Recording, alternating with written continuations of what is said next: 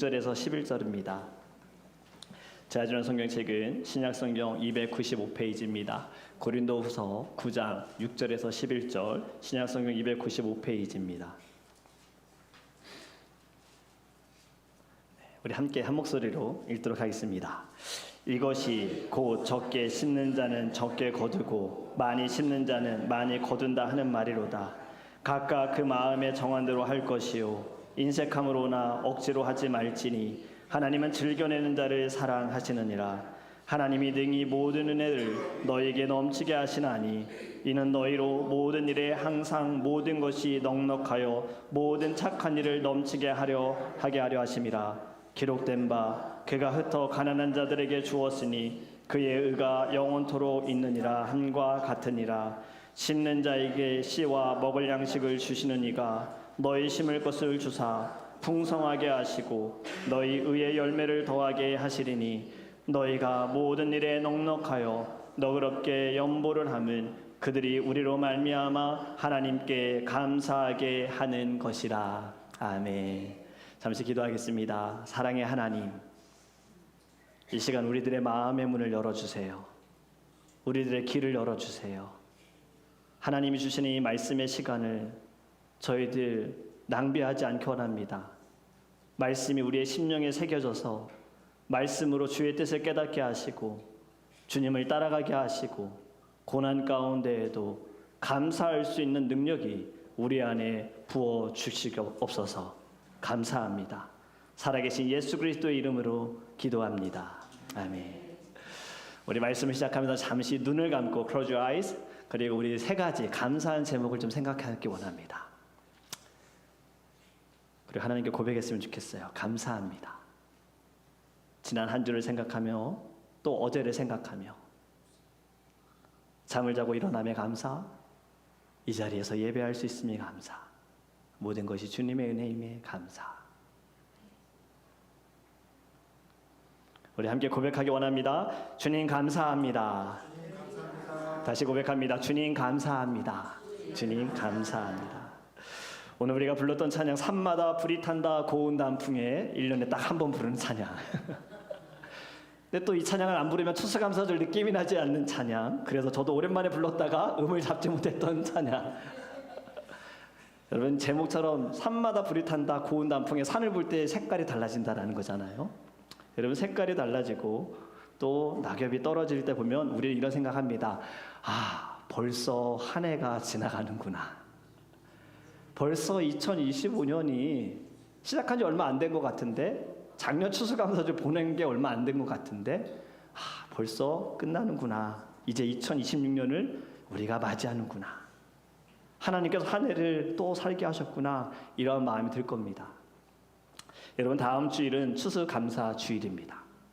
추수감사절에는 교회마다 추수하여 얻은 수확물을 하나님께 올려드립니다. 그래서 저도 어릴 때 유년부 때 꼭 과일 하나씩 갖고 오라고 하셨어요. 어떤 과일이든 상관없이 과일을 갖고 와서 하나님께 올려드려라. 우리가 추수감사절 하면 당연히 생각하는 것이 열매입니다. 여러분, 오늘은요, 그런데 열매 얘기를 안 하려고 합니다. 오늘은 씨 뿌리는 이야기를 같이 나눠보려고 해요. 교회를 오래 다니셨던 분들은 오늘 본문 말씀을 들으면서 목사님 오늘 헌금에 대한 말씀 하려나 보다. 아마 이렇게 들어보셨을 거예요. 이 본문 가지고 적게 심으면 적게 거두고 많이 심으면 많이 거둔다. 여러분, 긴장하지 마세요.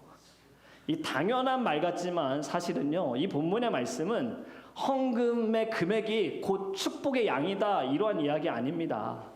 지금 본문은 돈 이야기하는 거 아니에요. 여러분, 오늘 본문은요, 하나님의 어떤 분이신지에 대해서 지금 말씀하고 있습니다. 하나님의 은혜가 흐르는 방식, 은혜의 생태계, 은혜의 흐름도가 오늘 본문에 다 들어있는 거예요. 여러분, 오늘 이 말씀, 감사가 자라나는 숨겨진 과정을 저와 여러분이 찾아가기를 주님의 이름으로 축복합니다. 추수하면 감사의 열매인데요, 여러분, 오늘 본문은 바로 감사의 씨앗이에요. 감사가 어떻게 자랐는지, 어떤 심령의 밭에서 감사가 일어나고 있는지, 어떤 은혜의 비가 우리 가운데 내리고 있는지 오늘 본문이 가르쳐주고 있어요. 여러분, 씨앗을 보면 굉장히 작습니다. 혹시 여기 앉아 계신 분들 가운데 이만한 씨앗을 보신 분 없을 겁니다. 대개 씨앗은 손바닥보다도 큰 씨앗은 없습니다. 되게 다 작아요. 여러분, 근데 그 작은 씨에 뿌리가 나고 줄기가 나고 잎이 자라고 꽃이 피고 열매가 나지요. 마가복음 4장에 보면 하나님의 나라에 대해서 겨자씨로 비유를 합니다. 이것이 무엇이냐면 작은 씨, 바로 여기에 하나님의 심장이 숨겨져 있다는 거예요. 여러분, 은혜는 폭발적 이벤트가 아닙니다. 부흥회하고 특별 새벽 예배하고 리트릿 수련회 다녀왔다고 컨퍼런스 다녀왔다고 막 폭발적으로 은혜가 있는 것이 아니에요. 은혜는요, 바로 묵직한 심는 거예요. 심기가 바로 진정한 은혜인 줄 믿습니다. 오늘 본문의 말씀은요, 지금 고린도 교회 문제가 너무 많아요. 문제가 많은 이 교회에 바울이 지금 편지를 쓰는데 이렇게 정리해서 말할 수 있어요. 심어라. 은혜는 심을 때 흘러간다. 오늘 이 말씀이 저와 여러분에게, 우리 교회에게 하시는 말씀인 줄 믿습니다. 여러분, 당연한 이야기지만 심지 않으면 열매를 맺을 수가 없습니다. 심지 않으면 추수할 수가 없습니다. 은혜도 마찬가지입니다. 심어야지만 흘러가게 될 줄 믿습니다. 오늘 말씀을 통해 하나님의 은혜를 기억하며 감사의 씨앗을 뿌리고 감사의 열매를 맺기를 간절히 원합니다. 여러분, 우리 안에 감사가 넘치기 위해서 반드시 알아야 할 것이 있어요. 열매는 씨앗으로부터 시작된다는 것을 부정할 수 있는 분은 아무도 없을 겁니다. 그렇죠? 씨앗으로부터 시작이 되어지잖아요. 열매가 자라기 전에 꽃이 피고, 꽃이 피기 전에는 잎이 나고, 잎이 나기 위해서는 줄기가 필요하고, 줄기가 자라기 위해서는 뿌리가 있어야 됩니다. 이 뿌리가 자라기 위해선 씨앗이 있어야 하지요. 모든 시작은 바로 씨앗이에요. 여러분, 씨앗이 그럼 어디에서 왔을까요? 갑자기 생겨났을까요? 우연히 만들어졌을까요? 여러분, 첫 번째로 여러분 이것을 아셔야 합니다. 같이 읽습니다. 씨는 하나님이 주셨습니다. 여러분, 10절 말씀 우리 같이 읽습니다. 심는 자에게 씨와 먹을 양식을 주시는 이가 너희 심을 것을 주사 풍성하게 하시고 너희 의의 열매를 더하게 하시리니. 아멘. 우리가 가진 씨는요, 원래부터 우리 것이 아니었습니다. 여러분, 씨와 먹을 양식을 주시는 이가 있는데 바로 하나님이시다라는 거예요. 우리가 만들 수 있는 것 있습니까? 아무것도 없습니다. 우리가 살아가는 이 시대는요, 지금 옛날에는 상상도 할 수 없거나 아니면 상상만 했던 일들이 지금 벌어지고 있지 않습니까? 옛날에는 사람이 모든 일을 했다면 이제는 적은 사람으로 많은 일을 할 수 있는 기술이 발달이 됐어요. 더 이상 이제 편리를 위한 기술이 아니라 여러 영역에서 기술이 없으면 힘든 시대가 되었어요. 뛰어난 기술, 놀라운 발전, 사람이 운전하지 않아도 자동차가 움직이고 자동주행, AI 기술, 사람들이 발명했지요. 그런데 여러분, 이 발명이라는 것도 원래 있는 것에서 만든 거잖아요. 여러분, 이 많은 기술들과 뛰어난 테크놀로지, 전기가 없으면 무슨 소용이 있습니까? 우리가 가지고 있는 스마트폰조차도 배터리가 나가버리면 아무것도 못합니다. 오히려 귀찮습니다. 벽돌과 같은 존재. 그러면 전기는 어디에서 옵니까? 여러분, 이 자연을 통해서 만들어지는 거 아닙니까? 세상에 아무리 기술이 좋아졌다 하더라도요, 결국 주시는 이가 없으면 우리는 아무것도 할 수 없다라는 거예요. 우리는 창조하는 자가 아니라 우리는 만들어진 자입니다. 우리는 소유한 자가 아니라 우리는 잠시 맡고 있는 자예요. 우리가 가진 것들 다 우리가 얻은 것 아닙니다. 하나님 우리에게 맡겨주신 거예요.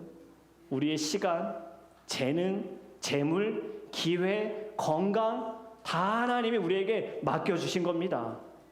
저는 이 모든 것이 하나님이 우리에게 주신 씨앗이라고 저는 생각하는 거예요. 그렇다면 왜 하나님께서 우리에게 씨를 심으라고 하셨을까요? 여러분, 그것은 하나님께서는 우리가 은혜의 흐름에 참여하기를 원하십니다. 물길을 막는 돌이 있으면 어떻게 됩니까? 물이 흐를 수 없어요. 물길을 트는 작은 수로가 있어야죠. 물이 계속 흘러가지요. 저와 여러분이 바로 작은 수로의 역할을 감당해야 하는 거예요. 막는 자가 아니라 흘려보내는 자. 우리는 이런 생각할 수 있습니다. 왜 내 삶은 늘 빡빡할까? 왜 벼랑 끝 같은 불안이 내게 계속해서 찾아올까? 왜 만족보다 항상 나는 부족하다고 생각할까? 왜 나의 삶은 자꾸 막히는 걸까? 오늘 성경이 답을 줍니다. 바로 씨를 심지 않았기 때문이에요. 여러분, 어떤 농부 이야기가 있어요. 한 농부가요, 흉년이 들으니까 남은 씨앗을 심으면 안 되겠다, 항아리에다가 잘 넣어둬야지, 잘 보관해야지 생각한 거예요. 이 씨가 어떻게 됐을까요? 썩어버립니다. 여러분, 하나 남은 이 귀한 씨를 땅에 묻는 거 사실 그게 맞는 거잖아요. 그런데 이 농부는 이거 하나 남은 거 귀한 건데 이걸 내가 어떻게 땅에 묻어? 아꼈어요. 1년이 지난 후에 당연히 아무것도 추수를 할 수가 없는 겁니다. 씨를 보존하려고 했지만 사실상 생명을 막아버린 거예요. 여러분, 씨앗을 가지고만 있으면 절대 자랄 수 없어요. 어떤 씨앗이든 손에 쥐고 있는다고 열매가 여기서 자라나지 않습니다. 뿌리도 줄기도 어떤 것도 자라나지 않아요. 씨는 반드시 땅에 심어야지만 열매가 납니다. 여러분, 씨앗을 갖고 있는 사람 없어요. 관상용으로 취미로 모으는 사람 제 주변에는요, 아무도 없어요. 씨를 모아서 진열한다? 여러분, 그건 그냥 내가 붙잡고 있는 씨앗일 뿐이에요. 씨앗이 땅에 심겨지면 더 이상 씨앗이라고 하지 않습니다. 이름이 바뀌어요. 뿌리, 줄기, 꽃, 열매. 여러분, 심겨진 씨가 생명이 되는 줄 믿습니다. 하나님은 우리에게 씨를 주신 거예요. 그리고 우리에게 주신 사명은 심어라입니다. 우리가 해야 할 사명은 바로 이 씨앗을 땅에 심어야 하는 거예요. 하나님은 우리를 은혜의 창고로 부르지 않으셨습니다. 여러분, 창고는요, 계속 쌓기만 하는 거예요. 여러분, 은혜는 모아두기만 하면 썩어버립니다. 하나님은 우리를 은혜의 통로로 사용하시는 거예요. 통로는 흘러가야 합니다. 열려야 합니다. 제공되어야 합니다. 나눠져야 합니다. 그럴 때 흐르는 곳마다 생명이 자라게 될 줄 믿습니다. 하나님께서 저와 여러분에게 주신 씨앗, 우리 부지런히 심어야 돼요. 심지 않았기 때문에 열매가 없는 거예요. 심지 않았기 때문에 막혀져 있는 거예요. 이제 씨를 붙잡고만 있지 마세요. 반드시 여러분 심으시기를 주님의 이름으로 축복합니다. 은혜의 원천은 하나님이십니다. 모든 시작과 끝은 하나님이신 거예요. 우리에게 주신 이 씨앗을 내 것이라고 생각하지 마세요. 하나님이 내게 맡겨주신 것이고 나는 이를 통하여 열매를 맺기 위해 심어야 하는 자라는 것을 깨닫기를 주님의 이름으로 축복합니다. 두 번째로 여러분, 이것을 기억하셔야 합니다. 우리 같이 읽습니다. 기쁨으로 심을 때에 감사가 넘칩니다. 7절 말씀입니다. 각각 그 마음에 정한 대로 할 것이요 인색함으로나 억지로 하지 말지니 하나님은 즐겨내는 자를 사랑하시느니라. 아멘. 헌금에 대한 말씀을 할 때 7절 말씀을 많이 인용합니다. 헌금과 많이 연결되어져 있는데 여러분, 틀린 이야기는 아닙니다. 하나님께서도 물질을 드리는 것은, 헌금을 드리는 것은 성도의 의무다라고 말씀하셨어요. 예수님도 이렇게 말씀하셨죠. 물질이 있는 곳에 너의 마음이 있다라고 말씀하셨습니다. 그런데 여러분, 하나님은 돈이 필요하신 분이 아닙니다. 하나님은요, 액수를 보는 분이 아니십니다. 여러분, 예수님께서 이 땅에서 사역하실 때 성전에서 헌금하는 사람을 보셨어요. 부자가 헌금하는 걸 보았고 가난한 과부가 헌금하는 것을 보셨어요. 예수님께서 그 모습을 보시고 누구를 칭찬하셨습니까? 가난한 과부를 칭찬하셨습니다. 부자는 많은 헌금을 드렸지만 인색했어요. 하지만 가난한 과부는요, 얼마를 드렸습니까? 2렙돈을 드렸습니다. 여러분, 이 2렙돈은 아주 적은 금액입니다. 지금으로 생각하면 이제 미국에서는 1센트를 더 이상 안 받는다 그러더라고요. 1센트 같은 존재가 바로 렙돈이에요. 왜냐하면 이 렙돈이라는 이름 자체가 작고 가볍다는 뜻이거든요. 그래서 이 당시에 한 렙돈, 한 개 포도 정도 살 수 있는 아주 적은 양. 그런데 예수님께서는 헌금을 많이 드린 부자가 아니라 적게 드린 과부에게 많이 드렸다. 예수님이 보신 것은 액수가 아닙니다. 믿음의 무게, 신뢰의 깊이, 하나님을 향한 절대적인 의지를 보신 거예요. 여러분, 여인에게는 2 렙돈이 전부였어요. 이 가난한 과부에게 2 렙돈이 없으면요, 힘듭니다. 그것이 현실이에요. 먹을 것을 살 수도 없어요. 내일이 보장이 되지 않았어요. 그런데 이 여인이 2 렙돈 드렸다는 건 나의 삶을 하나님께 드리겠습니다라는 고백인 거예요. 내일은 내가 생각할 때는 아무것도 없으나 하나님이 나를 책임져 주실 줄 믿습니다. 이 믿음을 가지고 자신의 전부를 하나님께 드린 것입니다. 여러분, 우리도 이러한 마음을 가지고 하나님께 우리 올려드리기를 간절히 원합니다. 불안함도 하나님께 맡겨드리고 나의 목숨까지도 하나님께 맡겨드리는 심령으로 우리 주님께 드리기를 주님을 축복합니다. 요즘 이든이가 자주 쓰는 단어가 있습니다. 어떻게라는 이 단어를 계속 여기저기 다 갖다 붙여요. 그래서 질문이 좀 말도 안 될 때가 있어요. 교회 오다 보면 기찻길 지나가잖아요. 기찻길이야. 어떻게 기찻길이야? 그럼 여기 무슨 답을 합니까? 그래도 하나님 주신 지혜로 기차가 지나가는 길이니까 기찻길이야. 어떻게 기차가 지나가? 꼬리에 꼬리를 물면서 되어지는데, 저는 오늘 본문의 말씀을 묵상하면서 바로 여기에서 답을 봤어요. 하나님은 얼마가 아니라 어떻게를 보신다예요. 우리는 물질만 생각하지요. 그런데 하나님은 바로 어떻게를 보시는 거예요. 앞에서 말씀드렸던 것처럼 하나님 우리에게 주신 것이 여러분 물질만입니까? 아닙니다. 시간, 재능, 건강, 기회, 이 모든 것 다 하나님이 주신 것 아닙니까? 여러분, 이것을 내가 어떻게 드리느냐가 너무나도 중요한 겁니다. 우리 달란트 비유를 잘 아실 겁니다. 주인이 타국으로 가면서 종들을 불러서 5달란트와 2달란트와 1달란트를 맡겼습니다. 그리고 돌아와서 계수할 때 5달란트를 받았던 자는 장사하여 5달란트를 더 벌어서 10달란트가 되었고, 2달란트 받은 자도 장사하여 2달란트를 벌어 4달란트가 됐어요. 근데 1달란트 받은 자는 어떻게 했습니까? 땅에 묻어두었다가 주인이 왔을 때 그 1달란트를 그대로 갖다 주었습니다. 1달란트 받은 자 어떻게 됐어요? 게으른 종아 하면서 그가 가진 것도 빼앗아 다른 이에게 주고 그를 쫓아냈습니다. 여러분, 여기에서 문제가 무엇입니까? 많이 벌었다? 아니요. 어떻게? 받은 것을 어떻게 했느냐? 많이 받았기 때문에 장사한 것이 아니라 1달란트일지라도 어떻게 했느냐에 따라서 하나님이 칭찬하신다라는 거예요. 여러분, 이렇게 하나님께 우리는 드려야 할 줄 믿습니다.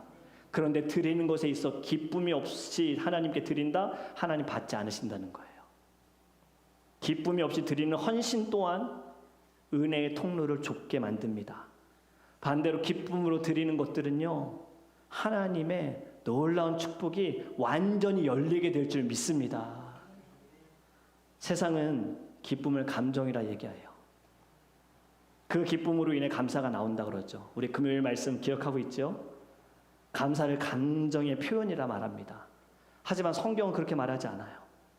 기쁨도 감사도 감정이 아니라 태도이다. 태도이다. 감각에 따른 반응이 아니다. 믿음으로 인한 결단이다. 은혜로 구원받은 자는요, 이것을 믿는 자는 늘 기쁩니다. 늘 감사가 넘칩니다. 하나님의 나라가 보입니다. 이 세상에 살아가는 나의 삶은 보이지 않아도요, 결론이 보이기 때문에 영원한 주님의 나라에서 안식을 누리는 것 때문에 기쁨이 있고 감사가 있는 거예요. 여러분, 억지가 아니라 은혜로 반응하고 의무가 아니라 감격으로 예배하며 봉사할 때 하나님이 다 받으실 줄 믿습니다. 여러분, 한번 잘 보세요. 기쁨이 그럼 왜 감정이 아니라 믿음의 표현이냐? 기쁨은 하나님을 신뢰한다는 증거이기 때문입니다. 우리 데살로니가전서 5장 16절에서 18절 말씀 우리 같이 읽어볼까요? 같이 읽습니다. 항상 기뻐하라, 쉬지 말고 기도하라, 범사에 감사하라. 이는 그리스도 예수 안에서 너희를 향하신 하나님의 뜻이니라. 할렐루야. 여러분, 우리가 할 수 없는 이야기를 어떻게 항상 기뻐해? 어떻게 쉬지 않고 기도해? 어떻게 모든 일에 감사할 수 있어? 못할 일을 우리에게 주어서 죄책감을 가져라. 이것도 못하냐? 아니에요. 우리가 왜 못할까요? 여러분, 항상 기뻐할 수 있는 거 우리 상황에 따라 기뻐하기 때문에 못 기뻐하는 겁니다. 주님이 말씀하시는 것은 달라요. 하나님을 믿는 믿음이 있으면, 온전히 하나님을 신뢰하면 항상 기뻐할 수 있어. 모든 일에 감사할 수 있어. 여러분, 이제는 잘 아실 거예요. 우리 하박국 선지자의 기쁨. 하박국 3장에 나오죠. 그가 소를 잃었고 양을 잃었지만 뭐라고 고백합니까? 난 여호와로 인하여 즐거워하리. 여러분, 없다는 얘기예요. 지금 외양간은 있는데 소는 없어졌어요. 양을 키우는 무리는 있는데 양은 없는 거예요. 포도를 심었는데 포도에 열매가 없네. 그런데도 뭐라고 얘기합니까? 난 여호와로 인하여 즐거워하리. 왜 이러한 고백이 어떻게 나올 수 있을까요? 하나님을 믿기 때문입니다. 하나님을 믿음으로 말미암아 내일이 기대가 된다는 거예요. 그리고 하나님이 나의 힘이십니다라는 고백입니다. 여러분, 하나님을 신뢰하는 사람은 심어도 괜찮고 다 드려도 괜찮은 거예요. 왜냐하면 하나님이 채우실 것을 믿기 때문이에요. 하나님이 열매 맺을 것을 믿기 때문인 거예요. 이 믿음이 있을 때 우리 안에 날마다 기쁨이 있는 줄 믿습니다. 반대로 이제 이렇게 생각하시면, 왜 두려운가? 믿음이 흔들리기 때문에. 왜 두려운가? 내 손에서 내려놓는 것. 그 농부처럼 이 씨가 없으면 어떡하지? 여러분, 말씀과 기도를 통하여 하나님을 온전히 신뢰하시기를 주님으로 축복합니다. 더 이상 하나님께 드리는 것에 대해서 여러분의 시간을, 여러분의 재능을, 여러분들의 건강을, 여러분의 삶을 드리는 것에 인색하지 않으셨으면 좋겠어요. 여러분, 우리 인색하게 드리고 생색내는 거 사람의 관계로 한번 생각해 보세요. 너무 웃긴 상황입니다. 누가 여러분에게 돈을 빌려갔어요. 근데 그 빌려간 사람이 갚는데 막 억지로 주고 막 생색내면서 주는 거예요. 그럼 여러분들 마음이 어떨까요? 참, 뭐 이런 애가 다 있어. 마치 지 돈인 것처럼 나한테 생색을 내네. 여러분이 친구에게 무엇을 맡겼는데 그 친구가 돌려주지 않으면 어떻습니까? 여러분, 우리가 가진 모든 것은 다 하나님 우리에게 맡겨주신 겁니다. 하나님의 것을 하나님께 드리는 거 당연한 건데 생색내면서 내가 드리잖아요, 내가 하잖아요. 아니에요. 못할 수도 있어요. 못하게 될 수도 있는 거예요. 하나님이 원하시는 건 억지 헌신, 눈치 헌신, 체면 헌신이 아닙니다. 마음 가운데 나오는 기쁨으로 드려지기를 간절히 원합니다. 하나님은 마음의 방향을 보시는 분이세요. 그렇기 때문에 하나님은 즐겁게 내는 자, 기쁨으로 드리는 자를 사랑하십니다.